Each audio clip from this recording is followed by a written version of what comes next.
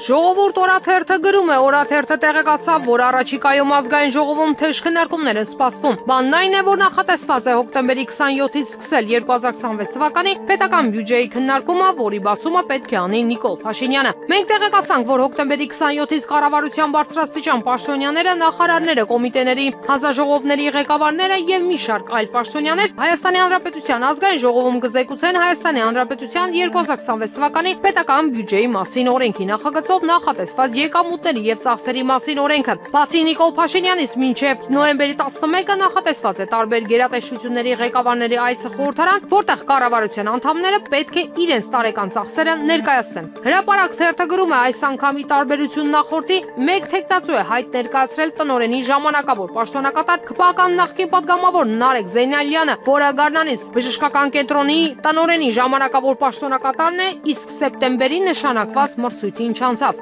Այն ժամանակ նա մրցակիցներ ուներ, գլխավորը առողջապահության կազմակերպիչ Նարեկ Վանեսյանն էր, որին ըստ լուրերի աջակցում էր առողջապահության նախարար Անահիտ Ավանեսյանը, եւ հենց այդ պատճառով էլ 0.11 միավոր պակաս գնահատեցին, որ Նարեկ Զեյնալյանը կտրվի քննությունից։ Հիմա Զեյնալյանը մրցակիցներ չունի, ինչից կարելի է եզրակացնել, որ Ավանեսյանին ասել են հանգիստ նստի տեղդ։ Փաշինյանի հորդորով մանդատից հրաժարված Զեյնալյանը քաղաքական որոշման արդյունքում պետք է բժշկական կենտրոնի տնօրեն դառնա։ Հիշեցնենք, որ Զեյնալյանը մանդատից հրաժարվեց մոտ 1 տարի առաջ։ Արգիշտի Քյարամյանների լսումներում լեզվակռվից հետո, երբ նյարդայնացած շեֆը միանգամից մի մեծ խմբի ազատեց պաշտոններից ու մանդատները վերցրեց ձեռքերից։ Սուրբ Գրիգոր Լուսավորիչ բժշկական կենտրոնի նախկին տնօրեն Արման Հովակիմյանին մարտին հեռացրին պաշտոնից եւ որպես պատճառ նշվում էին պացիենտների այսպես կոչված նվիրատվությունները, որոնք բացահայտել էր ՊՎԾ-ն, եւ Նարեկ Զեյնալյանը նշանակվեց ժամանակավոր պաշտոնակատար։ Փաստ օրաթերթը գրում է, այս շաբաթ հայ առաքելական եկեղեցին դարձյալ ենթարկվեց Նիկոլ Փաշինյանի հերթական բռնաճնշումներին։ Հոկտեմբերի 15-ին ձերբակալվեցին Արագածոտնի թեմի առաջնորդը, այդ թեմի 12 հոգևորականներ եւ 3 աշխատակից՝ Աշվապահ, Գանձապետը եւ ռեֆերենտը։ Իսկ պատճառները մի քանիսն են։ Առաջինը, Փաշինյանին կրկին անհրաժեշտ է շտապ փոխել տեղեկատվական օրակարգը։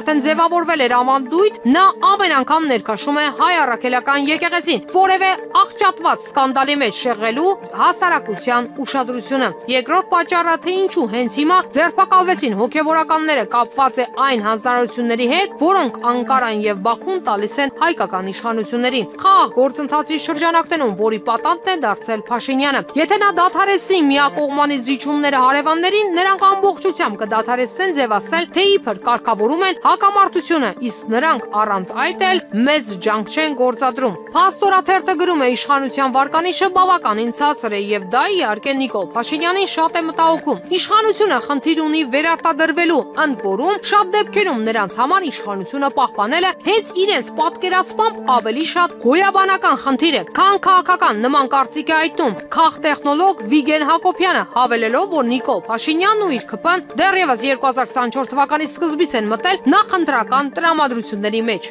Իսկ ինչ է անում։ Ըստ Հակոբյանի, ընդդիմությունը տարբեր տրամադրությունների մեջ է։ Ի տարբերություն Հայաստան դաշինքի նոր ձևավորվող ուժերի, ինչպիսիք են Սամվել Կարապետյանի մեր ձևով շարժումը, Արման Թաթոյանի միասնության թևեր նախաձեռնությունը, որոնք հավակնություն ունեն դառնալու քաղաքական ուժ եւ հայտարարել են, որ մասնակցելու են առաջիկա ընտրություններին, Հայաստանի Հանրապետական կուսակցությունն օրինակ առայժմ ասում է, որ դեռևս այս հարցում որոշում չունի եւ իրենց հիմնական օրակարգն իմպիչմենտի գործընթացի իրականացումն է։ Մասնակցության մասին հայտարարել է նաեւ Գագիկ Սարոկյանը, նա նույնպես հանդես է գալիս նախաձեռնությամբ։ Որոշ ուժեր եւ գործիչներ եւս արդեն հայտարարել են ընտրություններին մասնակցելու իրենց որոշման մասին եւ մտել են ակտիվ ֆազայի մեջ։ Հայաստան դաշինքը հիմնականում քարոշական դաշտում է աշխատում, կարծում եմ, նաեւ կառուցվածքային առումով ինչ որ աշխատանքներ են անում կառույցների հետ կապված։ Մեր ձևով շարժումն է բավականին ակտիվ գործընթացների մեջ նաեւ մարզերում։ Դեռևս քաղաքական ուժի ձևավորման փուլում է նաեւ Թաթոյանի նախաձեռնությունը։ Կարծում եմ ձևավորված ուժերը, որոնք որոշել են մասնակցել ընտրություններին, զբաղված են նախընտրական պայքարի նախապատրաստական աշխատանքներով, նշում է